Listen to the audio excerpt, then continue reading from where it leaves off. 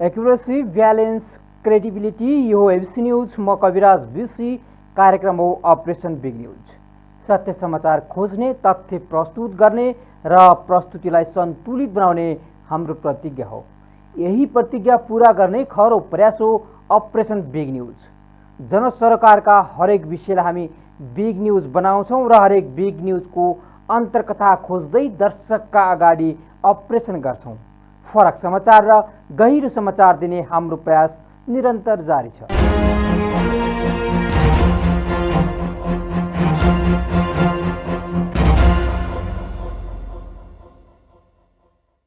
दर्शकवृन्द, party जीवनमा महाधिवेशनको ज्यादै ठुलो महत्त्व रहन्छ।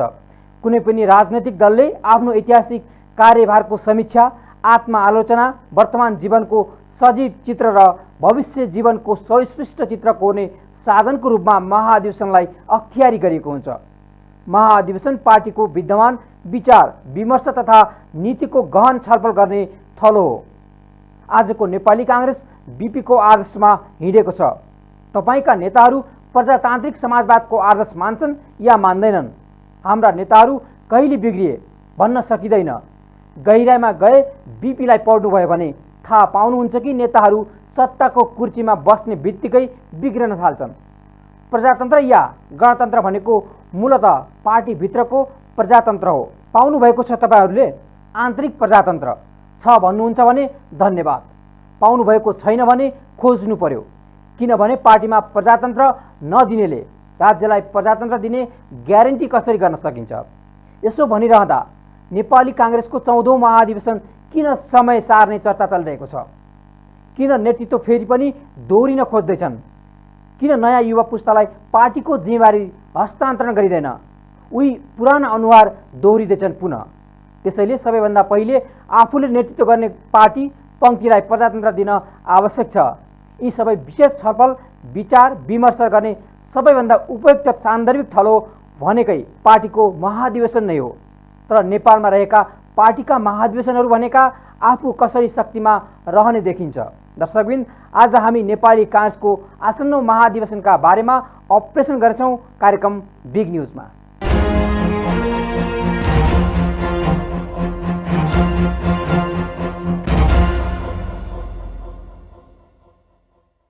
दर्शकवृन्द, नेपाली काङ्ग्रेसको आसन्न 14औं केन्द्रीय महाधिवेशनका लागि 8,52,000 भन्दा बढीले क्रियाशील सदस्यता पाएका छन्। जसमध्ये यो पटक काङ्ग्रेसमा अनुमानित 3 लाखको हाराहारीमा युवा सहभागिता बढेको छ। कुनै बेला पौडहरूको पार्टी भनेर चिनिने काङ्ग्रेसमा 12 र 13औं महाधिवेशनदेखि 40 वर्ष मुनिका युवाहरूको सहभागिता बढ्दो रहेको काङ्ग्रेसका नेताहरूले बताएका छन्। आगामी महाधिवेशनमा युवाको प्रतिनिधित्व 80% पुर्याउन हस्तक्षेपकारी भूमिका समेत रहने काङ्ग्रेसका युवा नेताहरूले चुनौती दिएका छन्।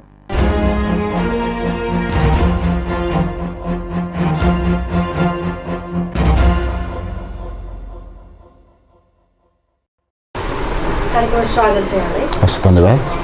यसको पार्टी सभापति शेरबहादुर देउवा, प्रधानमन्त्री शेरबहादुर देउवाको जुन अहिले सरकार छ, सरकार प्रधानमन्त्रीजीले चाहिँ खोपलाई विशेष प्राथमिकता दिनुभएको छ। कोभिड-19 विरुद्धको सरकारको आगामी प्राथमिकताको विषयहरू कसरी अगाडि बढिरहेछन्, यहाँले कसरी मूल्याङ्कन गर्नुभएको छ? सरकारको प्राथमिकता गरेका विषयहरूलाई भन्नुहोस्।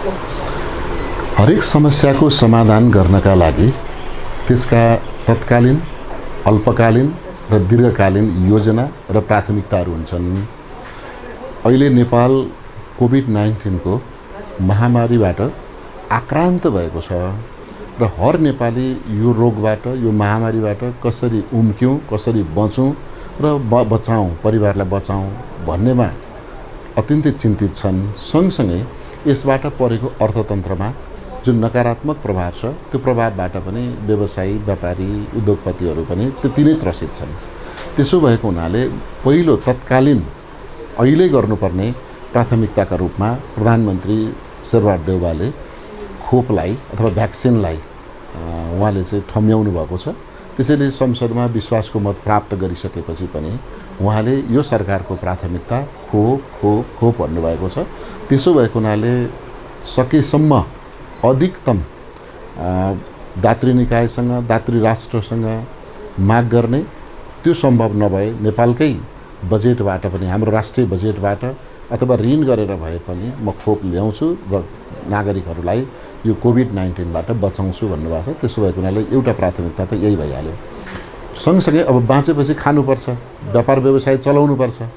त्यसैले त्यो चलाउनका लागि आर्थिक नीति चाहिँ हामीले त्यसै गरी लागू गर्नुपर्ने हुन्छ। त्यो भनेको कोभिड-19बाट प्रभावित व्यापार व्यवसाय उद्योग धन्दालाई फेरि पुनर्जीवन दिनका लागि तत्कालीन आर्थिक नीति ल्याउने भनेको त्यसमा राहत दिने कुरा, त्यसलाई पुनर्कर्जाको व्यवस्था गर्ने कुरा अथवा त्यसबाट क्षतिपूर्ति दिने कुरा र त्यसलाई चाहिँ फेरि ती उद्योग धन्दा र व्यवसायहरूलाई पुनर्जीवन दिनका लागि गरिने दोस्रो भयो।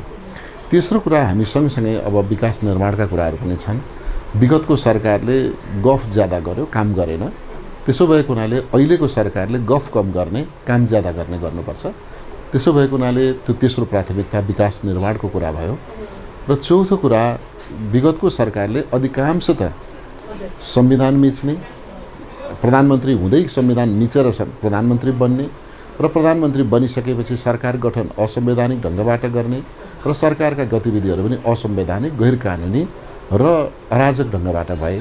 त्यसैले त्यसको ठिक उल्टो ढङ्गबाट मुलुकलाई संविधान अन्तर्गत, ऐन कानुन अन्तर्गत विधिको शासनबाट नागरिकलाई सुशासन दिनु सरकारको चौथो प्राथमिकता पर्दछ।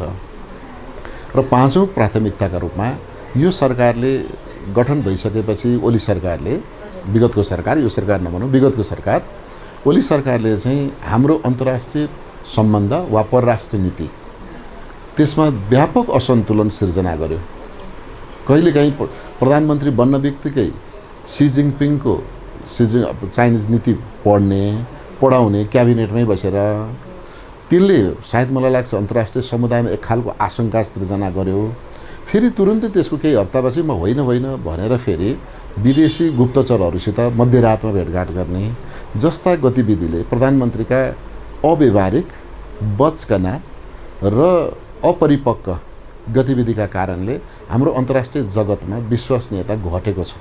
त्यो घटेको विश्वसनीयतालाई अहिलेका प्रधानमन्त्रीले परिपक्व ढङ्गबाट सबैसँग सन्तुलित, मर्यादित र नेपालको प्रतिष्ठा फेरि पनि पुनर्ताजकी गर्ने गरी, नेपालको प्रतिष्ठालाई पुरानै अवस्थामा पुर्याउने गरीको सम्बन्ध राख्नुपर्छ। त्यसका लागि हाम्रो अन्तर्राष्ट्रिय सम्बन्ध अहिलेको सरकारको मुख्य प्राथमिकतामा पर्छ। यी पाँचवटा प्राथमिकताका अतिरिक्त अहिले फेरि बाढी पहिरो, त्यसबाट कहीँ डुबान भएको छ, कहीँ घरखेत बगाएको छ, धनजनको क्षति भएको छ, सीमा विवादहरू छन्। यी सबै कुरालाई सरकारले फेरि विभिन्न मुख्य प्रस्तावनाहरूसँग, मुख्य प्राथमिकतासँग जोडेर सीमा विवादका बारेमा अन्तर्राष्ट्रिय सम्बन्धका आधारमा, बाढी पहिरो आदि इत्यादिलाई यो दुर्घटनासँग अथवा चाहिँ दैविक प्रकोपसँग जोडेर यी कुराहरूलाई पनि प्राथमिकताका साथ जनतालाई तत्काल राहत दिने, उनीहरूलाई पुनर्वासको व्यवस्था गर्ने र उनीहरूको जीवनलाई सहज बनाउनका लागि अपनाउनु पर्ने विविध कार्यक्रमहरू लागू गर्नु अहिलेको सरकारको प्राथमिकता छ। जस्तो जुन 5 दलीय गठबन्धन थियो, यहाँहरूको संविधान र लोकतन्त्रको रक्षा गर्दै अहिले सरकारले पनि स्थायित्व पाएको अवस्था छ र यो सरकार सञ्चालनको लागि यहाँले न्यूनतम साझा कार्यक्रम बनाउने भन्नुभएको थियो। त्यो प्रक्रिया कहाँ पुगेको छ, कसरी अगाडि बढ्छ? एकदम ठिक कुरा गर्नुभयो। हामीले केपी शर्मा ओलीको सरकारलाई नेपाली जनताले अत्याधिक मत भनेको झन्डै 2/3 नजिकको मतदान दिएर नेपाल कम्युनिस्ट पार्टी नेकपालाई जिम्मेवारी दिएको हो। त्यसलाई मेरो बुझाइ के छ भने अत्यन्तै ब्रान्ड न्यू मित्सुबिसी कार किनेर, टोयोटा कार किनेर केपी ओलीलाई ड्राइभरको सिटमा राखिदिए। ल तिमी राम्रो कुदाउँछौ, किनभने तिमीले गफ त ठुलो दिएको थियौ, म जति जान्ने ड्राइभर कोही छैन भनेर। ल बस भनेको उनले ड्राइभर सिटमा बस्न बित्तिकैदेखि भनेको नेपालको सिंहदरबारको प्रधानमन्त्रीको कुर्सीमा बस्न बित्तिकैदेखि उनले त्यो गाडी कहिले धेरै दायाँ कुदाए, कहिले धेरै बायाँ कुदाए। अगाडिबाट आउने गाडीहरूलाई पनि ठोकाउला जस्तो हुने, भिरबाट झार्ला जस्तो हुने, खाल्डोमा पार्ला जस्तो हुने। त्यो बाटा आत्तिएका प्यासेन्जरहरू नेपाली कङ्ग्रेस, नेकपा माओवादी केन्द्र, स्वयं नेकपा एमालेका माधव नेपाल समूह, जनता समाजवादी पार्टीका उपेन्द्रका समूह, राष्ट्रिय जनमोर्चा पार्टी, सिङ्गै पार्टी लगायत चाहिँ अतालियो। ओहो, यो त जान्ने ड्राइभर भनेर राखेको त्यसले त बर्बाद गर्न लाग्यो, यो जिप नै चाहिँ दुर्घटनामा पार्न लाग्यो भन्दा भन्दै गएको 2 वर्षमा उनले 2 पटक यो गाडी ठोक्काए। एकपटक पुस 5 गते ठोक्काए हैन। त्यस पछाडि फेरि अस्ति यो चाहिँ असारको 8 गते फेरि यो गाडी ठोक्काए, जेठ 8 गते ठोकाइदिइसकेपछि अब होइन तपाईँ अयोग्य हुनुहुँदो रहेछ। पहिलोपल्ट ठोकाएकोमा हामीले चेतावनी मात्रै दिएका थियौँ, दोस्रोपल्ट ठोकाइसकेपछि त अब त ड्राइभर सिट छोड्नुहोस् भन्दा उहाँले छोड्न मान्नु भएन र उहाँलाई हामीले ट्राफिक रुल लगाएर उहाँलाई त्यहाँबाट निकाल्यौँ। निकालिसकेपछि यो गाडी कसले चलाउने भन्ने त प्यासेन्जर मध्येबाट सल्लाह गर्नु पर्यो, 5 मुख्य प्यासेन्जरहरू, र सल्लाह गर्दै जाँदा अब गाडी चलाउनु पर्ला जस्तै लागेको थिएन मूलत। अब साथीहरूको कुरा के रह्यो भने अगाडि सिटमा बसेकोले ड्राइभिङ देखिराखेको छौ, तिमी पुरानो ड्राइभर पनि हो, ल चलाउनुहोस् भनेर अनुरोधमा अहिले नेपाली कङ्ग्रेसका सभापति शेरबहादुर देउवा, पार्टीको सभापति, संसद दलको नेता, उहाँलाई प्रधानमन्त्री बनाइएको छ। अब जसरी सबैको सहमतिबाट केपी ओलीको सरकारलाई बहिर्गमन गराइयो, अब सबैको सहमतिबाट सम्माननीय प्रधानमन्त्री शेरबहादुर देउवा प्रधानमन्त्रीको कुर्सीमा बस्नु भएको छ। अब फेरि सबैको सहमतिबाट साझा नीति तथा कार्यक्रम बनाउने र सबैको सहमतिबाट मन्त्री परिषद बिना विवाद मन्त्री परिषद विस्तार गर्ने र त्यो विस्तारित मन्त्री परिषदले साझा नीति तथा कार्यक्रम घोषणा गर्ने, यो अहिले तयार भइराखेको छ। आज म बोल्दै गर्दा, यति बेला बोल्दै गर्दा मन्त्री परिषद विस्तारको कुरा नजिकै पुगिसकेको छ हैन। र त्यो आज या भोलि मन्त्री परिषदले पूर्णता पाइसकेपछि एउटा कार्यदल पनि बनेको छ, राजनीतिक संयन्त्र पनि बनेको छ र त्यो संयन्त्रले नीति तथा कार्यक्रम पनि तयार गर्दैछ र मन्त्री परिषदले पूर्णता पाउन बित्तिकै प्रतिनिधि सभाको हलमा अग्रपङ्क्तिमा धेरै मन्त्रीहरू बसेको अवस्थामा सबै दलहरूका बीचमा विमति नराखिकन साझा नीति तथा कार्यक्रम बन्छ र मैले अघि भनेका 5 प्राथमिकताहरू यो नीति तथा कार्यक्रममा आउँछ। मन्त्री परिषदको सन्दर्भमा एउटा प्रश्न, माधव नेपालजीले ढिलाइ गर्नुभएको कारण मन्त्री परिषद विस्तार पनि ढिलाइ भयो, जस्तो उहाँले स्पष्ट निर्णय दिनु। हाम्रो अनुरोध के थियो भने अघि पनि भन्यौँ, ड्राइभरको सिटबाट दुर्घटना गराउने ड्राइभरलाई निकाल्दा जतिजनाले सल्लाह गऱ्यौँ, ती सल्लाह गरेका जति व्यक्ति र शक्ति सँगसँगै सरकारमा नि बसेर अर्को यात्रा तय गरौँ भनेको हो। त्यो गर्दै गर्दा उहाँले के भन्नुभयो भने मेरो घरको आन्तरिक कलह छ हैन, न मेरो घरले मलाई तोकेर दिन सक्छ, न त्यो घरबाट म एक्लै निस्किन सक्छु। यो अहिले अन्तर्द्वन्द्व अन्तर्कलह भइराखेको बेला मलाई केही दिन यो समय दिनुहोस् भन्दै मन्त्री परिषद अलि लामो हुन गयो, समय विस्तारमा चाहिँ समय लियो।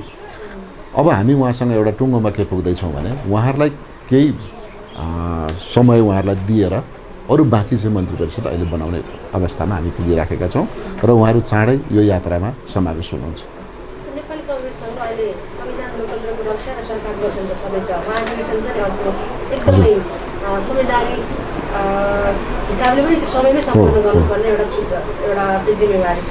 महाधिवेशनको तयारी चाहिँ कसरी तीव्र रूपमा अगाडि बढेको हामीले देखेका छौँ, जस्तो भदौ 16 मा सम्पन्न हुने सम्भावना हामीलाई एकदम ठिक र सान्दर्भिक र आम नेपाली जनताले नेपाली कङ्ग्रेसलाई माया गर्नेले थाहा पाउनुपर्ने कुरा हो।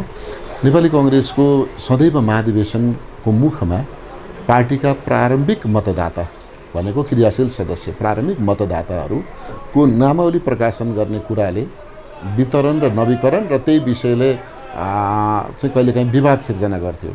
त्यो विवाद नहोस्, विवादमा हामी नफस्नु परोस्, हामीसँग समय छैन, कोभिडको महामारी छ, धरना अनसन जस्तो कुराहरू गर्नु नपरोस् भनेर क्रियाशील सदस्यता वितरणको अन्तिम टुङ्गो लाउने अधिकार सङ्घीय प्रतिनिधि सभाको निर्वाचन क्षेत्रीय समितिलाई दियौँ र नवीकरण गर्ने कुरा प्रत्येक जिल्ला सभा समितिलाई जिम्मा लगायौँ। त्यति गर्दा विकेन्द्रीकरण गऱ्यौँ। तर अहिले आएर के भयो भने ती जिल्लाहरूमा उजुरी चाहिँ सम्बन्धित क्षेत्रमा सम्बन्धित जिल्लामा नपरेर केन्द्रमा उजुरी परिदिएको कारणले झन्डै 8-10 हजार उजुरीको छानबिन गर्नुपर्ने, त्यो 7 सदस्यीय समितिले गर्नुपर्ने र आफूले नदेखेको नपुगेको नजानेका विषयमा यहाँ फैसला गर्नुपर्दा यो न्यायिक प्रणालीमा जस्तो गरी गयो, राजनीतिक प्रणालीमा गएन। फलस्वरूप छानबिन समितिले पनि उपयुक्त समयमा उपयुक्त तरिकाबाट फैसला गर्न निर्णय दिन सकेन भन्ने फेरि गुनासो आएपछि हामीले 1 हप्ता समय फेरि थप्यौँ, जसका कारणले तीव्र गतिमा काम गर्दै पनि साउनको 12 गते स्थानीय तहको अधिवेशन गर्नुपर्थ्यो, जसका लागि हामीले साउन 1 गतेसम्ममा क्रियाशील सदस्यताको अन्तिम नामावली प्रकाशन गर्नुपर्थ्यो। त्यो हामीले गर्न सकेनौँ र आज हामी साउनको 20 गतेमा, आज 18 गते छौँ, हामी 20 गतेको दिनसम्ममा मलाई लाग्छ त्यो पुर्याउँछौँ हामी हैन। त्यो चाहिँ अन्तिम नामावली पुग्छ, टुङ्गिन्छ। त्यो टुङ्गिसकेपछि पनि निर्वाचन समितिले 1 महिनाको समय, न्यूनतम 1 महिना माग गरेको हुँदा भदौको 18-20 गतेतिर अनुमानित हामी स्थानीय तहको अधिवेशन प्रारम्भ गर्छौँ र सोही अनुसार कोभिडको महामारीबाट सुरक्षित रहँदै सरकारले जारी गरेको, WHO ले जारी गरेको स्वास्थ्य मापदण्ड पुरा गर्दै नेपाली कङ्ग्रेसका आम साथीहरू र शुभचिन्तकहरूलाई सुरक्षित राख्ने अभियानका साथ हामी तहगत विभिन्न समयमा अधिवेशनहरू सम्पन्न गर्छौँ र तोकेको भदौको 16-19 मा त हामी महाधिवेशन सम्पन्न गर्दैनौँ, तर प्रारम्भ भने अवश्य गर्छौँ। यो पटक 5 लाखभन्दा बढी क्रियाशील सदस्य हजुर पाउनु भएको छ, त्यसमा पनि युवा सहभागिता हजुर उत्साहजनक हो, कसरी सम्भव? एकदम राम्रो कुरा के छ भने तपाईँले ठिक मानिसलाई नै सोध्नुभयो भन्ने लाग्छ। केन्द्रीय कार्य समितिमा नेपाली कङ्ग्रेसको क्रियाशील सदस्यताका सम्बन्धमा अलिक कडा प्रस्ताव मैले नै राखेको थिएँ। गएको 74 को निर्वाचनमा नेपाली कङ्ग्रेस पार्टीलाई अत्याधिक मत दिँदै पनि हामी संसदमा सानो पार्टी बन्न पुग्यौँ। देशभरिमा खसेको 1 करोड मतमा 45 लाख मत नेपाली कङ्ग्रेसले प्राप्त गर्यो, 31 लाख मत एमाले प्राप्त गर्यो, 14 लाख मत नेकपा माओवादी केन्द्रले प्राप्त गर्यो र त्यही अनुसारले सामान्य मत अरू दलहरूले प्राप्त गरे। तर संसदको सिट सङ्ख्या हाम्रो चाहिँ 31% रहेन, त्यो हामी घटेर 23% मा झऱ्यौँ। संसदको सिटमा चाहिँ त्यहाँ 35% हामी हुँदाहुँदै पनि। त्यसको मुख्य कारण के थियो भने नेपाली कङ्ग्रेसको साङ्गठनिक संरचना र को व्यवस्थापन र सदस्यताको विस्तारमा कहीँ त्रुटि देखियो भन्ने मेरो ठहर हो। त्यस पछाडि मैले केन्द्रीय समितिमा राखेँ कि नेपाली कङ्ग्रेस यो मुलुकको सबैभन्दा ठुलो लोकतान्त्रिक समावेशी पार्टी हो, त्यसैले सबै समुदायमा र सबै तहमा यसका सदस्यता बन्न रहर गरेका मानिसहरू कङ्ग्रेसमा आउनुपर्छ भन्ने मलाई लाग्यो र मैले प्रस्ताव राखेँ र राख्दाखेरि कसलाई दिने भन्ने कुरा भयो। नेपाली कङ्ग्रेस पार्टी बन्दाको हामीले चित्र हेऱ्यौँ भने यो पार्टी आदिवासी जनजातिले, महिलाले, दलितले, थारूले, मुस्लिमले, खस आर्यले र त्यसमा पनि अल्पसङ्ख्यक समुदायका समेत मानिसहरू बसेर यो पार्टी बनेको छ। अहिले भएको भन्दा दोब्बर गर्ने। त्यो बेला हामीसँग पुरानो क्रियाशील सदस्यता 4,70,000 थियो। त्यो 4,70,000 नवीकरण पनि गर्ने र सँगै यसलाई दोब्बर बनाउने भनेको 10 लाखभन्दा नकटाउने भन्ने समेतको लक्ष्य रहेको थियो। र अहिले हामीले वितरण गर्दै जाँदा विगतकोमा केही घट्यो, 50,000 घट्यो र 4,23,000 जति हामीसँग पुरानो रह्यो हैन। 4,70,000 मा 4,50,000 घट्यो, 47,000 घट्यो भनौँ र 4,23,000 पुरानो कायम भयो र नयाँ पनि हामीले सोही अनुसारले थप्यौँ र टोटलमा अहिले 8,52,000 हाम्रो सदस्य रह्यो, जसमा अनुमानित रूपमा 3 लाख त हामी कहाँ युवा हुनुहुन्छ भनेको 16 वर्षदेखि 18 वर्षदेखि 40 वर्ष पुगेका हामीसँग चाहिँ 3 लाख युवा हुनुहुन्छ, झन्डै 41% युवाहरू हुनुहुन्छ। र सोही अनुसारले विगतमा दलित समुदाय भनेको जो चाहिँ पार्टीमा, राजनीतिमा, समाजसेवामा ओझेलमा परेको समुदाय 1% पनि थिएन। 12औं महाधिवेशनमा हामी कहाँ 0.75% थियो दलितको, 13औं महाधिवेशनमा 0.97% थियो। त अहिले आएर हामीले त्यसैको प्रभावले त्यो सभापतिको अथवा केन्द्रीय कार्य समितिको अभियानका कारणले अहिले हामीले 5.18% दलितको पुग्यो। महिलाको प्रतिशत विगतमा 12% मात्रै थियो, अहिले हाम्रो त्यो 22% पुग्यो हैन। आदिवासी जनजातिको प्रतिशत पहिले 8% 9% मात्रै थियो, अहिले त्यो बढेर 23% पुग्यो।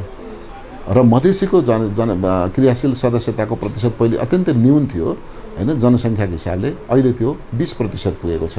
यसले के देखाउँछ भने नेपाली कङ्ग्रेस पार्टी स्थापना कालमा जसरी समावेशी अवधारणाबाट स्थापना भएको थियो, आज 14औं महाधिवेशनमा आइपुग्दा त्यसले आफ्नो स्थापनाको प्रतिष्ठालाई पुनः प्राप्ति गर्दै अगाडि बढेको देखिन्छ।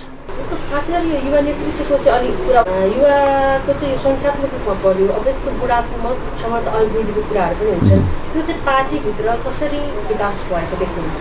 अनि आजको दिनमै हेर्ने हो भने चाहिँ नेपाली कङ्ग्रेस पार्टीमा अरू पार्टी, अरू राष्ट्रिय पार्टीसँग तुलना गर्ने, अब नयाँ पार्टीका कुरा गर्दा त त्यति हिसाब किताब नआउला, तर राष्ट्रिय राजनीतिका मुख्य सरकार सञ्चालन गर्न भ्याएका पाएका दलहरूको बिचमा हामीले अध्ययन अनुसन्धान गर्ने हो भने सायदै नेपाली कङ्ग्रेसको 12औं महाधिवेशनदेखि 12औं र 13औं महाधिवेशनमा 40 वर्ष मुनिका केन्द्रीय सदस्यहरू प्रभावकारी मतका साथ प्रवेश गर्नुभएको छ। र अहिले नेपाली कङ्ग्रेसको वैधानिक रूपले 85 जना र अहिले अरू पार्टीहरू मिसिएपछि 125 जनाको कार्यसमितिमा झन्नै 40% केन्द्रीय सदस्यहरू 50 वर्ष मुनिका हुनुहुन्छ। हामीले अब राजनीतिक दलमा 50-55 मुनिकालाई युवै मान्ने गरेका छौँ हैन। त्यो देखिन्छ। त्यसको अर्थ के हो भने नेपाली कांग्रेस चाहिँ युवा र ज्येष्ठ सदस्यहरूको संयोजन हैन, संयोजन उमेरको पनि संयोजन छ, यसमा विचारको पनि संयोजन छ। देख्नुहुन्छ कांग्रेसमा विभिन्न विचार मानेका मानिसहरू पनि कांग्रेसमा प्रवेश गरेका छन्, कांग्रेसको विचार मानेका छन्। त्यसैले यो पार्टीमा युवाहरू आउनुपर्छ भन्ने जुन चाहना छ त्यसले दबाब दिइराखेको छ र सिनियर नेताहरू अथवा ज्येष्ठ अनुभवी पाका नेताहरूको पनि उहाँहरूको क्रियाशीलता त्यही कारणले बढ्दै गएको छ। आज 75 वर्ष पुगेका मानिसहरू पनि युवाको दबावका कारणले बिहान युवाहरूभन्दा छिटो उठ्ने, बेलुका युवाहरूभन्दा ढिलो सुत्ने, युवाहरूले भन्दा बढी भेटघाट गर्ने, युवाहरूभन्दा बढी क्रियाशील हुने काम चाहिँ युवाको आवाजले नै गर्दा भएको छ। त्यसैले युवाको प्रवेश पनि भएको छ, युवाको प्रभाव पनि बढेको छ। हामी आशा गरौँ उमेरले मात्रै युवा होइन, विचारले, कर्मले, लगनशीलताले, विश्वसनीयताले र परिपक्वताले पनि युवाहरू आउन् भन्ने मेरो पनि चाहना छ। हुन्छ। अन्तिममा अब महाधिवेशनले एउटा नेतृत्व चाहिँ के अरे निर्वाचन लडाउँदै हुनुहुन्छ, कस्तो नेतृत्व आउनुपर्छ यहाँको सुझाव दिनुहोस्। एकदम ठिक प्रश्न राख्नुभयो। अहिले नेपाल मात्रै होइन, विश्व समुदाय आर्थिक सामाजिक रूपान्तरणको मुद्दामा पहिचान, प्रतिनिधित्व र पहुँच यो 3टा विषयको खोजी गर्छ। चाहे त्यो 300 वर्ष अगाडि डेमोक्रेसी आएको अमेरिका होस्, वा 400 वर्ष अगाडि भएको बेलायत होस्, अथवा 100 वर्ष अगाडिको भारत होस्, अथवा हामी 50-60 वर्ष अगाडि डेमोक्रेसी प्राप्त गरेको नेपाल हौँ। हाम्रा बिचमा अहिले फेरि पनि प्रत्येक मानिसले राज्य सत्तामा आफ्नो प्रतिनिधित्व खोजेको छ। राजनीतिक दलबाट सञ्चालित हुने राज्य सत्तामा राजनीतिक दलभित्र पहिले प्रतिनिधित्व चाहिँ सबैको हुनु पर्यो भन्ने माग छ। यसका लागि नेपाली कांग्रेसभित्र मुख्यतः बीपी कोइरालाले यो प्रारम्भ गर्नुभयो र त्यस पछाडिका दिनमा 52 सालदेखि यता अहिलेका पार्टी सभापति शेरबहादुर देउवाले यो विचारधाराको प्रवेश गराउनुभयो व्यावहारिक रूपमा र नेपाली कांग्रेस प्रजातान्त्रिकको उहाँ सभापति हुँदा कदम जम कर्णाली, दलित, महिला, जनजाति, मधेसी भनेर उहाँले यो विषय प्रवेश गराउनुभयो। र अहिले हर मान्छे के चाहन्छ भने कि त यो मुद्दा उठाउने मान्छे हुनु पर्यो, कि यो समुदायका मान्छे आफै जानु पर्यो भन्ने छ के जस्तो हैन। थारूले थारू सभापति खोजिराखेको छ, दलितले दलित सभापति खोजेको छ, महिलाले महिला सभापति हुनु पर्यो भनिरहेको छ, जनजातिले जनजाति हुनु भनेको छ, खसारीले खसारी। अब हामी कहाँ 8वटा क्लस्टर छ, 8वटा सभापति त हुन्न।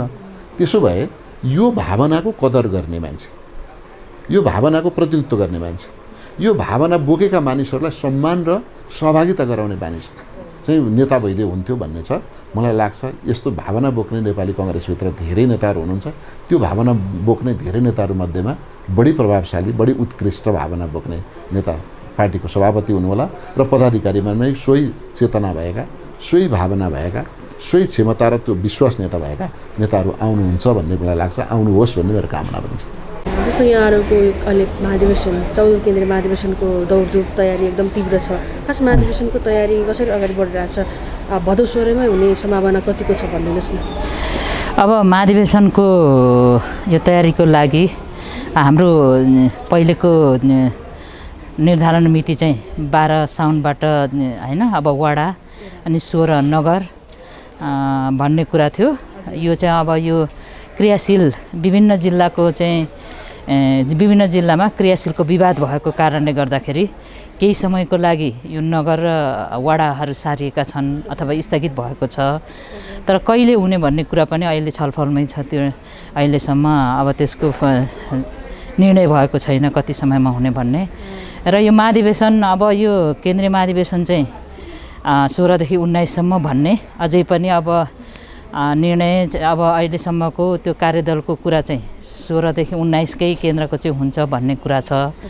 अब यो जिल्लाको विवादलाई कसरी मिलाएर लाने अहिले पनि कार्यदल फेरि सुरु भएको छ, बनेको छ, छलफल भइराखेको छ। त्यही अनुसार अब अहिलेसम्म मैले अब मोटामोटी बुझ्दाखेरि आधिकारिक पार्टीले गरिसकेका छैन।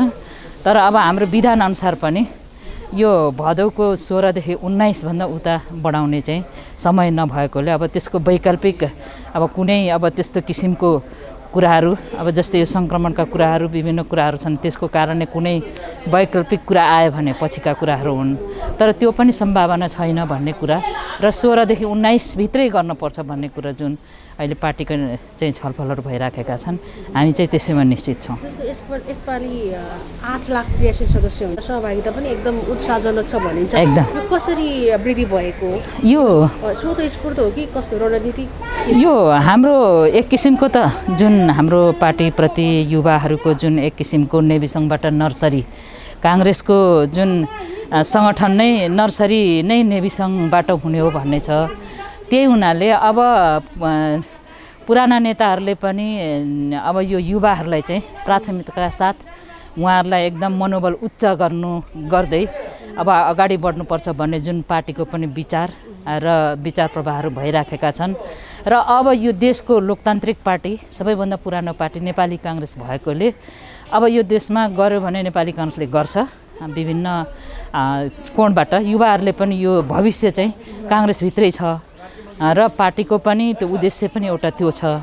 त्यसै हुनाले अहिले धेरै युवाहरू अहिलेको यो क्रियाशील नेपाली काङ्ग्रेसको क्रियाशीलमा धेरै उहाँहरूको सहभागिता भएकोले पार्टीको एउटा चाहिँ धारणा पनि हो र युवाहरूको आकर्षक पार्टी पनि नेपाली काङ्ग्रेस भएकोले युवाहरू नै अगाडि बढ्नुपर्छ र यो अब बिस्तारै युवा पुस्तालाई अलिकति जिम्मेवारी पनि दिएर अगाडि बढ्नुपर्छ र यो लोकतन्त्र, यो देशको युवाहरू भन्दा हामी गर्छौँ, हामी विचार दिन सक्छौँ।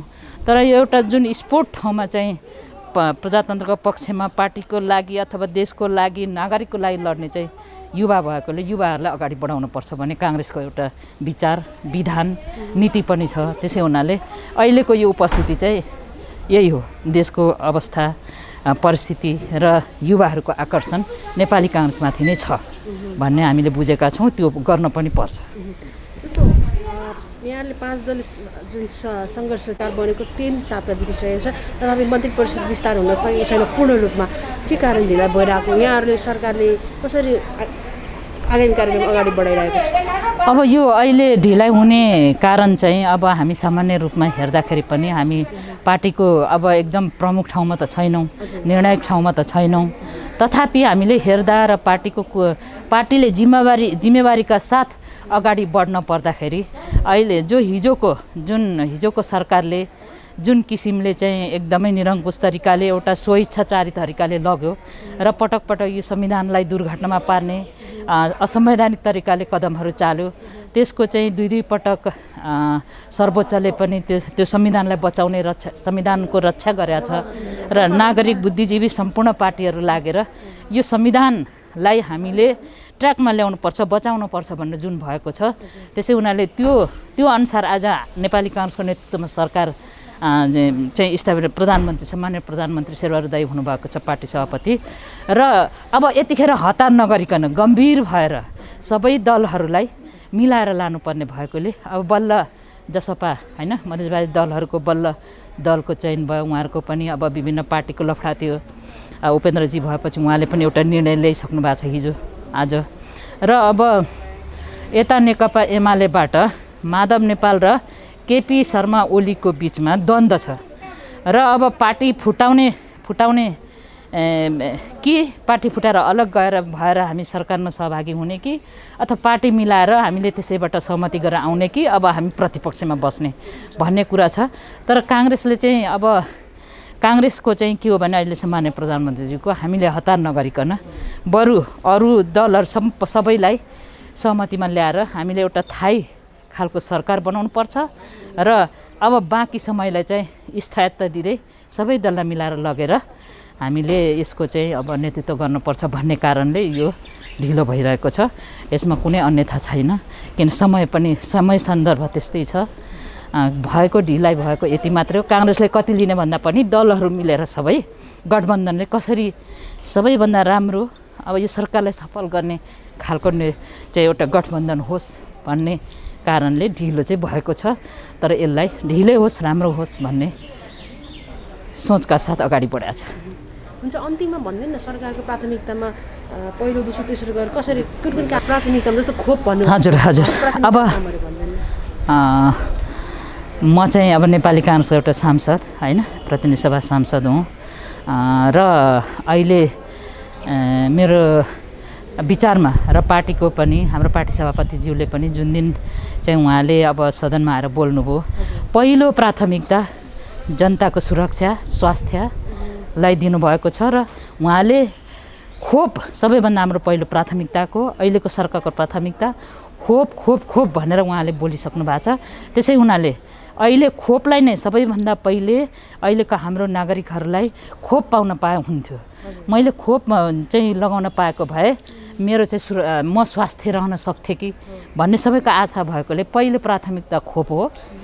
खोप मेरो पनि विचारमा अहिले सबै नागरिकको तपाईँ हामी सबैको चाहिँ उद्देश्य भनेको पहिले नागरिकको स्वास्थ्यको सुरक्षा खोपबाट हुन्छ। हामी आत्मसन्तुष्ट हुन्छौँ, हाम्रो मनोबल उच्च हुन्छ खोप दिएपछि। त्यसरी पहिलो प्राथमिकता खोप यो सरकारको। अनि दोस्रो अब त्यस पछाडिको अब आउने दिनमा विभिन्न यहाँनिर समस्याहरू छन्, देशको समस्या विकासको कुराहरू, यो जुन महिला बालबालिकामाथि ठुलो चाहिँ होइन अब दुर्घटनाहरू हिंसाहरू भइराखेका छन्। निर्मला पन्तको 3 वर्ष भइसक्यो होइन हत्या भएको, 2/3 बहुमतको सरकारले केही पनि गर्न सकेन। अब यो गठबन्धनको सरकारले त्यो पनि बाहिर ल्याउन पर्छ, दोषीलाई पक्रिन पर्छ, कारबाही गर्नुपर्छ भनेर हाम्रो अहिलेको सरकार र नेपाली काङ्ग्रेसको पहिलो प्राथमिकता पनि त्यही राख्नुपर्छ। महिला बालबालिका निर्मलाको हत्यादेखि यता आएर थुप्रै होइन निर्मला जस्ता हाम्रा बहिनीहरूको हत्या भएको छ, बलात्कार भएको छ, चाहिँ त्यही बालबालिका अब जस्तै खोपको कुरा आउँदाखेरि तेस्रो लहर आइसक्यो। जस्तै पहिले चाहिँ एक किसिमको अलिकति एज ओभर भएको मान्छेहरूलाई सङ्क्रमण भएको थियो। बिचमा तपाईँहरू जस्तो युवा होइन 30, 40, 45 वर्षको युवाहरू यसपटक धेरै होइन सङ्क्रमित भएर मृत्यु पनि भएको छ। अब फेरि बालबालिकामाथि चाहिँ यो चाहिँ यस्तो खालको यो सङ्क्रमणहरू अब भइराखेको छ। यो सबैलाई पहिचान गरेर यसको निर्मूल गर्ने, रोकथाम गर्ने अनि खोप चाहिँ सबै नागरिकमा पुर्याउने, पहिले स्वास्थ्य नागरिक बनाएर शिक्षा स्वास्थ्य अरू कुराहरू विकासका कुराहरू त बिस्तारै हुँदै जान्छन्। यस्तै छ हाम्रो प्राथमिकता यही हो, सबैको नेपालीको यही हो, हामी रोगबाट मुक्त हौँ। यो कोरोनाको खोप सबै नेपालीले चाहे होइन पुरा होस् हाम्रो चाहना र यो अब नागरिक हाम्रो चाहिँ नेपाली नागरिकहरूले चाहे जस्तो यो सरकारले काम गर्न सफल होस्, हामी सफल हौँ। हामी पनि एउटा सांसद जिम्मेवार प्रतिनिधि हौँ। मेरो चाहिँ त्यही छ, हामी सबैको त्यही हो हैन। हस्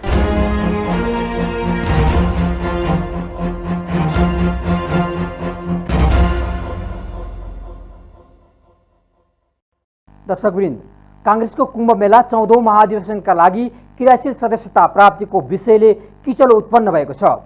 काङ्ग्रेसको किचलो सनातन शैलीमा चलिरहेको छ। क्रियाशील सदस्यता विवाद यथावत रहँदा नै प्रतिवेदन तयार पारिएको छ, तर सहमति कायम भएको छैन। क्रियाशील सदस्यको सङ्ख्या 8,52,711 पुग्दा मुटुमा देश बोकेका युवाहरूको सघन उपस्थितिले काङ्ग्रेसमा आशाका किरणहरू देखिएका छन्। 40 वर्ष उमेर समूहका 2,30,000 को हाराहारीमा सदस्य रहेको छन् भने यसले काङ्ग्रेसको भविष्यलाई उज्यालो दिएको छ। यद्यपि महिला, दलित, जनजाति, मधेसी एवं सीमान्तकृतहरू सोच जस्तो समेटिएका छैनन्। नेपाली समाजको विविधतालाई काङ्ग्रेसले बिर्सिएको आभास भएको छ। पार्टी केवल शक्तिशालीहरूको प्रणाली मात्र होइन, पार्टी सभापति र प्रधानमन्त्री रहेका शेरबहादुर देउवाका अभिव्यक्तिमा देखिन्छ। काङ्ग्रेसको कुम्भ मेला 14औं महाधिवेशनका लागि क्रियाशील सदस्यता प्राप्तिको विषयले किचलो उत्पन्न भएको छ। काङ्ग्रेसको किचलो सनातन शैलीमा चलिरहेको छ। क्रियाशील सदस्यता विवाद यथावत रहँदा नै प्रतिवेदन तयार भएको छ, तर सहमति कायम भएको छैन। क्रियाशील सदस्यको सङ्ख्या 8,52,711 पुग्दा मुटुमा देश बोकेका युवाहरूको सघन उपस्थितिले काङ्ग्रेसमा आशाका किरण देखिएको छ। 40 वर्ष उमेर समूहका 2,30,000 को हाराहारीमा सदस्य रहेका छन् भने यसले काङ्ग्रेसको भविष्यलाई उज्यालो दिएको छ। यद्यपि महिला, दलित, जनजाति, मधेसी एवं सीमान्तकृत सोचे जस्तो समेटिएका छैनन्। नेपाली समाजको विविधतालाई काङ्ग्रेसले बिर्सिएको आभास भएको छ। पार्टी केवल शक्तिशालीहरूको प्रणाली मात्र होइन, पार्टी सभापति र प्रधानमन्त्री भएका शेरबहादुर देउवाका अभिव्यक्तिमा हुन्छ भनिए पनि उनी स्वयं दुधारमा छन्। कार्यकर्ताको ज्यानभन्दा महाधिवेशन ठुलो होइन भन्ने तर्क अगाडि सारिएको छ। कोरोनाको महामारी देखाएर महाधिवेशन सार्नका लागि संवैधानिक जटिलता छ।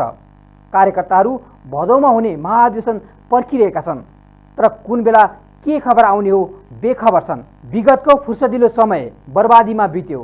17 महिना कानमा तेल हालेर बसेको काङ्ग्रेस भदौ पर्खिँदा अलमलमा परेको छ। थप प्रसङ्गसहित आउनेछौँ केही बेरको ब्रेकपछि।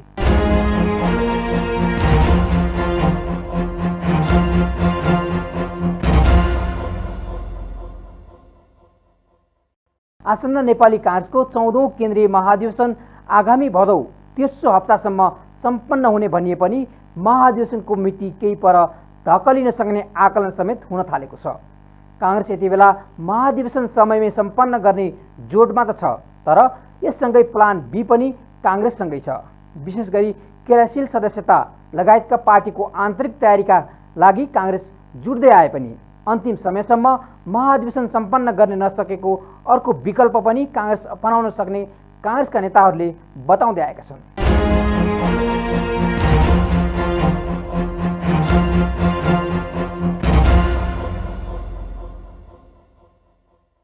चौधौं केन्द्रीय महाधिवेशनको तयारी तीव्र रूपमा अगाडि बढ्दा बढ्दै पनि क्रियाशील सदस्यता अझै टुङ्गिन सकेको छैन। यसले गर्दाखेरि महाधिवेशन पछाडि सर्ने सम्भावना जस्तो पनि देखिन्छ। महाधिवेशनको तयारीमा खास केमा चुकेको भन्ने होइन। अब महाधिवेशनको जग भनेको मूलतः क्रियाशील सदस्य नै हो। अब एकपछि अर्को जिल्लाको फाइल खोल्नुपर्ने टुङ्गिसकेका विषयहरूमा पनि पछिल्लो पटक धेरै विवादहरू फेरि थपिएका छन्। त्यो कारणले पनि महाधिवेशनको जग नै क्रियाशील सदस्यता भएको कारणले अब 3-4वटा कारण। एउटा महाधिवेशनको क्रियाशील जो यसको प्रारम्भिक चरण हो क्रियाशील सदस्यता, त्यो कारणले पनि महाधिवेशनमा एउटा अन्योलता छायो। दोस्रो कुरा अब बाढी पहिरो तलाई जलमग्न हुने दैवी विपत्ति, कोरोनाको महामारी, अब सरकारलाई पूर्णता मात्रै दिनुपर्ने, सरकारको नीति कार्यक्रम जनताका बिचमा लिएर जानुपर्ने, यी सबै समस्याहरूलाई, सबै चुनौतीहरूलाई बास्केटमा राखेर कसरी अब फास्ट ट्र्याकबाट महाधिवेशन गर्न सकिन्छ भन्ने कुरा नै महत्त्वपूर्ण कुरा हो। अब हाम्रा बिचमा दुईवटा कुरा छ। एउटा संवैधानिक सङ्कटको कुरा छ, एउटा क्रियाशील सदस्यको समस्याको कुरा। दैवी विपत्ति महामारीका कारणले अलिकति अन्योलग्रस्त जस्तो देखिएको छ महाधिवेशन, त्यो स्वाभाविक देखिएको छ। प्लान बीको कुरा पनि आयो, विशेष महाधिवेशनको कुरा पनि आयो। यो विकल्पबाट पनि महाधिवेशन हुन सक्ने सम्भावना पनि छ। होइन, पार्टीभित्र व्यापक 3-4 किसिमले पार्टीको वैधानिकतालाई जोगाउनुपर्छ भन्ने कुराहरू देखिएको छ। जस्तो विशेष महाधिवेशन गर्ने, पुरानै महाधिवेशन प्रतिनिधिहरूबाट पनि महाधिवेशन गर्न सक्ने, अथवा फास्ट ट्र्याकबाट छिटोभन्दा छिटो क्रियाशील सदस्यता टुङ्ग्याएर एउटा महाधिवेशनको प्रक्रिया चाहिँ प्रारम्भ गरिहाल्नुपर्छ भन्ने कुराहरू पनि त्यो आम कार्यकर्ता र पार्टीका नेताहरूका बिचमा व्यापक छलफल भएको छ। तर पनि संवैधानिक सङ्कटका कारणले महाधिवेशन यही मितिमा हुनुपर्दछ भन्ने कुरा आम जनचासो, आम बुद्धिजीवी, आम पार्टीका कार्यकर्ताको भावना छ। त्यो भावनालाई टेकेर पार्टी अगाडि बढ्नुपर्छ भन्ने मान्यता हो। यसपटक महाधिवेशनमा युवा नेतृत्व दोस्रो पुस्ताको कुरा पनि उठे, यो विगतमा पनि उठ्दै आएको छन्। यसपटक चाहिँ युवा नेतृत्व वास्तवमै आउने सम्भावना अथवा चाहिँ तयारी कस्तो छ? होइन, अब नेपाली काङ्ग्रेस पार्टीले पुराना पुस्ताहरूको अनुभव र नयाँ पुस्ताको अनुभव लगानी नयाँ पुस्ताको क्षमता र क्रियाशीलता र सक्रियताको फ्युजनबाट नै पार्टीलाई चलाउने हो। अब कहिलेकाहीँ युवाहरू अब बरालिएको हुन् कि अब आफूलाई पर्दा मात्रै युवा भन्ने, अरूलाई पर्दा युवा नभन्ने एउटा। दोस्रो कुरा, महाधिवेशनमा आफू स्थापित हुनका लागि युवा भनिरहने, अनि फेरि एउटा नेताको पछि लागेर आफू सुरक्षित हुने प्रवृत्ति चलेको छ। तर यो पार्टीको महाधिवेशन के छ भने युवाहरू पनि के अरे एकदम सशक्त ढङ्गले अगाडि बढ्नु भएको छ। युवा नेताहरू पनि, अब हामीहरू पनि अगाडि बढेका छौँ। पार्टीका सिनियर नेताहरू पनि अब यो हाम्रो अन्तिम हो, यो अन्तिमलाई कसरी प्रयोग गर्ने भनेर उहाँहरू लाग्नु भएको छ। जेसुकै भए पनि यो पार्टीको महाधिवेशनमा 80% केन्द्रीय समितिमा युवाहरूको हस्तक्षेपकारी भूमिका हुन्छ। अब मूल नेतृत्वको कुरा भनेको कुरा त अब पार्टीभित्रका अग्रज पार्टीका सिनियर नेताहरूको समीकरण र नयाँ पुस्ताको समीकरणबाट पार्टीका महाधिवेशन प्रतिनिधिहरूले अनुमोदन गर्ने कुरा हो। र त्यसको फ्युजनबाट पार्टी चलाउन सक्यौँ भने अब नेपाली काङ्ग्रेसको भविष्य, मुलुकमा लोकतन्त्रको भविष्य, आम पार्टीका कार्यकर्ताको भविष्य, देशको राष्ट्रियता, लोकतान्त्रिक समाजवादको जगेर्ना गर्न हामीले बनाएको शासन प्रणालीको स्थायित्वका निम्ति यो नै काङ्ग्रेसका निम्ति महत्त्वपूर्ण कडी र महत्त्वपूर्ण उपचार बन्न सक्छ भन्ने हो। युवाहरूले चाहेर मात्र हुँदैन, इच्छा आकाङ्क्षाले हुँदैन, क्षमता अभिवृद्धि पनि गर्न पर्यो भनिन्छ। काङ्ग्रेस पार्टीभित्र युवाले क्षमता अभिवृद्धिको लागि चाहिँ आफै नसकेको कि पार्टीभित्र वातावरण नभएको कि खास समस्या होइन हामी युवाहरूमा पनि दुईवटा कुरा युवाहरूमा पनि आफूलाई पर्दा युवा भन्ने अनि आफू सुरक्षित नभएपछि आफू सुरक्षित हुन जाने पुरानै प्रवृत्ति छ पार्टीका सिनियर नेताहरूले पनि के छ भने अब युवाहरूलाई अलिकति तपाईँहरूले हेर्नु होला अब 1-2 दिनमा पछि यो मन्त्री परिषद पनि हाम्रो पुनर्गठन हुँदैछ त्यसमा कति प्रतिशत युवाहरू सहभागी हुन्छन् कति नयाँ चेहरा हुन्छन् 5 पटक भएको प्रधानमन्त्रीलाई 2 पटक 3 पटक भएकै मन्त्रीहरूले साथ दिने हुन् कि केही नयाँ मान्छेहरू गएर अलिकति त्यसमा चाहिँ समीकरण फेरबदल हुने हो कि भन्ने पनि हामीले नजिकबाट हेरिरहेका छौँ त्यसैले एउटा कुरा के छ भने मेरो आफ्नो सोचाइ के हो भने बिपी कोइराला पनि गणेशमान सिंह पनि गिरिजाप्रसाद कोइराला पनि र सुशीललाई पनि अन्तिम जीवनको अन्तिमसम्म पनि उहाँ पार्टीको राजनीतिमा सक्रिय हुनुभएको अहिले पनि हाम्रा सिनियर नेताहरूको अनुभव योग्यता र हिजो उहाँले पार्टीमा गर्नुभएको लगानी उहाँले पार्टीमा गर्नुभएको दुःख र उहाँले हामीलाई दिने हामीलाई बढाउने प्रक्रियाको अझै पनि यो पार्टीलाई खाँचो छ र उहाँसँग हाम्रो यति मात्रै विपत्ति के हो भने नयाँ पुस्तालाई पनि सँगसँगै लिएर जानु पर्यो राजनीतिमा पनि स्थापित गर्नु पर्यो केन्द्रीय समितिमा कम्तीमा पनि 80% युवाहरूको वर्चस्व हुनु पर्यो त्यो पनि पदाधिकारी सहित पार्टीको उपसभापति बन्नु पर्यो महामन्त्री बन्नु पर्यो होइन अझै पनि बिपी कोइराला साँच्चै भन्ने हो भने 44 वर्षमा देशको प्रधानमन्त्री हुनुभएको थियो 36 वर्षमा देशको गृहमन्त्री भइसक्नु भएको थियो तर अहिले 44-45 वर्ष पुगेकालाई पनि भर्खरको देख्ने पार्टीभित्र जुन प्रवृत्ति छ त्यो गलत प्रवृत्ति हो होइन युवाहरूले पनि आफ्नो क्रियाशीलता के अरे आफ्नो क्रियाशीलता क्षमतालाई अभिवृद्धि गर्दै जानु पर्यो पार्टीका अग्रज पुस्ताहरूले पनि योग्य र क्षमता भएका युवाहरूलाई सँगै लिएर जाने प्रवृत्तिको विकास गर्नुपर्छ फेरि पनि पार्टी सभापतिकै दावेदार उम्मेदवारीमा आउँछु भन्नु छ त्यस्तै उहाँकै विमलेन्द्र निधि लगायत झन्डै दर्जन छेउमा पार्टी सभापतिको उम्मेदवारहरू बाहिर देखिएको छ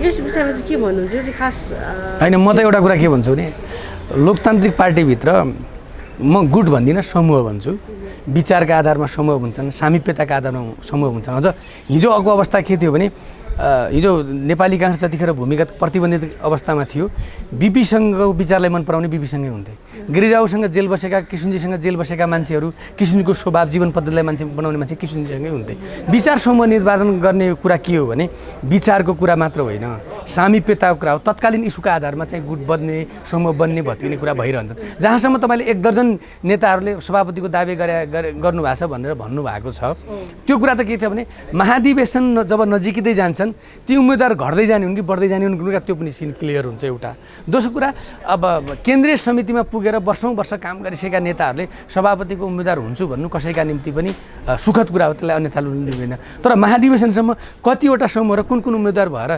जान्छन् भन्ने कुरा त हेर्न बाँकी नै छ त्यो अब पार्टीको त हामी क्रियाशीलको प्रारम्भिक जग नै हामीले को निर्णय नै र अब त्यो अन्तिम चरणमा पुगिसकेका छैन भने त्यसलाई अहिले हामीले यति नै उम्मेदवार हुन्छन् भनेर आकलन गर्नु चाहिँ त्यो स्वाभाविक हुँदैन जस्तो लाग्छ मलाई अब अन्य पदाधिकारीको हकमा पनि अब धेरै उम्मेदवारहरू देखिनु भएको छ अब हाम्रा पुस्ताका पनि धेरै नेताहरू हाम्राभन्दा अग्रज पुस्ताका नेताहरू पनि धेरै पदाधिकारीको उम्मेदवार हुनुभएको छ मैले यति मात्रै के भन्न सक्छु भने अब केन्द्रीय नेतृत्वमा सभापतिको एउटा पार्ट हो उपसभापति महामन्त्री लगायत सहमहामन्त्री अन्य पदाधिकारी छ केन्द्रीय समितिमा चाहिँ अबको महाधिवेशनमा काङ्ग्रेसको युवामय हुन्छ 80% मैले भने नि 80% नेपाली काङ्ग्रेस केन्द्रीय समिति युवामय बन्छ अब त्यो हामीभन्दा अग्रज पुस्ताका नेताहरूले पनि महसुस गरिसक्नु भएको छ र हामीले पनि हस्तक्षेपकारी भूमिका गर्छौँ र पार्टीलाई सशक्त र प्रभावकारी भूमिका पार्टीलाई अगाडि लिएर जान्छौँ पार्टी सभापतिमै चाहिँ युवाको दावेदारी देखिएन कि नसुनेको के हो होइन यसो छ अब अहिले पार्टीको महाधिवेशनको प्रारम्भिक चरणमा छौँ तपाईँ जति पार्टीको महाधिवेशनको नजिक पुग्दै जान्छौँ हामी क्रियाशीलको विवाद टुङ्गो लागिसकेपछि जिल्ला के अरे गाउँ र नगर क्षेत्र प्रदेश क्षेत्रको अधिवेशनको टुङ्गो लागिसकेपछि अहिले त स्थगित भएको अवस्था हो नि त अहिले त यो नै मितिमा हुन्छ भन्ने छैन खालि संवैधानिक सङ्कटसँग र यो कुरा दुईवटा कुरा मात्रै जोडिएको छ त्यसैले एउटा कुरा के पनि हो भने जति महाधिवेशन नजिक हुँदै जान्छ एक त हाम्रो कस्तो पुस्ता हो भने यसलाई लिबरल डेमोक्रेसी भन्ने कि कन्जर्भेटिभ डेमोक्रेसी भन्ने कि लिगेसीको कुरा गर्ने के कुरा गर्ने भन्ने कुरा भन्दा पनि हाम्रो पार्टीमा के छ भने युवा पुस्ता अग्रज पुस्तालाई रिजाउँदै युवा पुस्ताहरू स्थापित हुने कुरा हो जस्तो तपाईँहरूले देख्नुभयो भने बिपी पछि बिपी गणेशमान सिंह र सुवर्ण शमशेर सूर्यप्रसादजी हुँदा उहाँ 4 जना बिग फोर भन्ने काङ्ग्रेस हो। त्यसपछि किशुनजी हुनुहुन्थ्यो, गिरिजाबाबु हुनुहुन्थ्यो, त्यसपछिको पुसामा शेरबहादुर दाई, शैलेजाचार्य, रामचन्द्र पौडेल, सुशील कोइराला हुनुहुन्थ्यो। उहाँहरूले रिजाउँदै आउनुभयो। अहिले पनि शेरबहादुर दाई, रामचन्द्र दाई हुन्छ। त्यसपछि अर्को पुस्ता छ, त्यसपछि हामी पनि छौँ।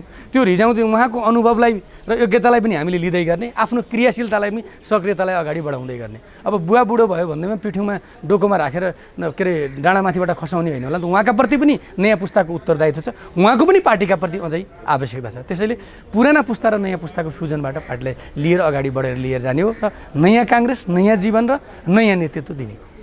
क्रियाशील सदस्यताको बारेमा शीर्ष नेताहरू छलफलमा हुनुहुन्छ। यो 5 दिनभित्र टुङ्गिन्छ? 3 दिन भनेर टुङ्गिँदैन, तर पार्टीको महाधिवेशनको सन्दर्भमा पहिलो पुस्ताका सिनियर नेताहरू पनि, शीर्षस्थ नेताहरू पनि सिरियस हुनुहुन्छ। स्वयं क्रियाशील छानबिन समितिमा बसेका नेताहरू पनि सिरियस हुनुहुन्छ। हामी बाहिरबाट दबाब सिर्जना गरिसकेका नेताहरू पनि हामी क्रियाशीलता छिटोभन्दा छिटो टुङ्ग्याउनुपर्छ।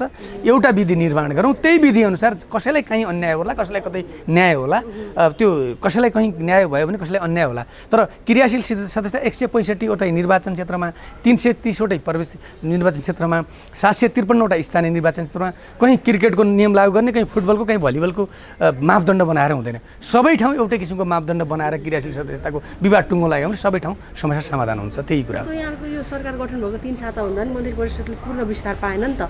यो चाहिँ किन भएको? जसपाको ढिलाइ त एक ठाउँमा चाहिँ अब तपाईँले पहिला केपी ओली र के अरे प्रचण्डको गठबन्धनको सरकार भन्दा, उहाँहरूको बहुमतको सरकार भन्दा त करिब 1 महिना लागेको थियो भने यो त 4-5वटा पार्टी, 5वटा पार्टीको गठबन्धन मिलाउनु पर्ने, पार्टीभित्रका आन्तरिक उहाँहरूका पनि समूह छन् होइन, उहाँहरूका पनि पार्टीभित्र विवाद छन्। 2टा पार्टी त विभाजनकै सङ्घारमा पुगिसकेका छन्। जसमा हामीसँगै माधव नेपाल समूह र केपी ओली, के अरे उपेन्द्र यादव र के अरे हाम्रो के अरे महन्त ठाकुरजीहरू, उहाँहरू त पार्टी विभाजनकै सङ्घारमा हुनुहुन्छ। उहाँहरूको पनि आन्तरिक समीकरण मिलाउनु पर्ने भयो हुनाले केही प्राविधिक कारणले गर्दाखेरि यो ढिलो भएको। अब यो पनि तपाईँहरूलाई भन्छु 1-2 दिनभित्रै अब सरकारले पूर्णता पाउँछ। पूर्णता पाएपछि सरकारले आफ्ना नीति तथा कार्यक्रम संसदमा पेश गर्छ। बजेट संशोधन गरेर लिएर जाने, के गरेर लिएर जाने भन्ने कुरा, त्यो कुरा अगाडि बढ्छ। अन्तिममा भन्नु माधव नेपाल सरकारमा जाने भन्नुभएको छ अथवा भन्नुभएको होइन? हाम्रो अधिकतम प्रयास के हुन्छ भने धेरैभन्दा धेरै पार्टी सरकारमा सहभागी गराउने। त्यो सहभागी हुँदै गर्दा सरकार मजबुत पनि हुन्छ, बलियो हुन्छ। फेरि यो संसद पुनर्स्थापना हुनुपर्दछ भन्ने जो अग्रगामी शक्तिहरू छन्, माधव नेपालको समूह, उपेन्द्र यादवको समूह, अझै मधेसका मुद्दालाई सम्बोधन गर्नका निम्ति के अरे संसद विघटन गरेको कुरा पनि ठिक छ भन्ने महन्त ठाकुर लगायत राजेन्द्र महतोको समूहलाई पनि सरकारमा ल्याएर एउटा करिब राष्ट्रिय सहमतिको जस्तै सरकार बनाउने, संयुक्त सरकार मात्र होइन। जो यो संसदको विपक्षमा थिए केपी ओली बाहेक अरू सबैलाई सरकारमा लिएर गएर बाँकी नेपालमा 5 वर्षभित्र कसैले पनि संसद विघटन गर्न सक्दैन। संसदको आयु 5 वर्षको हो। जसलाई जे मन लाग्दा पनि जतिखेर पनि प्रधानमन्त्रीले सँग चाहिँ संसद विघटनका लागि प्रधानमन्त्री हुने बित्तिकै उसँग भरुवा बन्दुक हुन्छ। जतिखेर मन लाग्यो त्यतिखेर पड्काउन सक्छ भन्ने संसद 5 वर्ष टिक्छ, सरकार 5 वर्षका लागि बन्छ।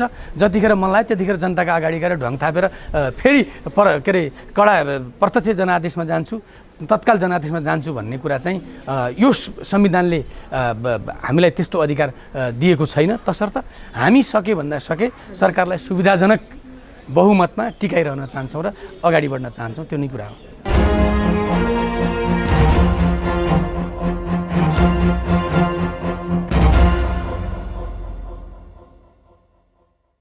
दर्शकवृन्द, 2015 सालदेखि हालसम्मका निर्वाचन जहाँ काङ्ग्रेसले भाग लिएको छ त्यसमा प्राप्त जनमतलाई हेर्दा यो स्थिर प्रकृतिको देखिन्छ।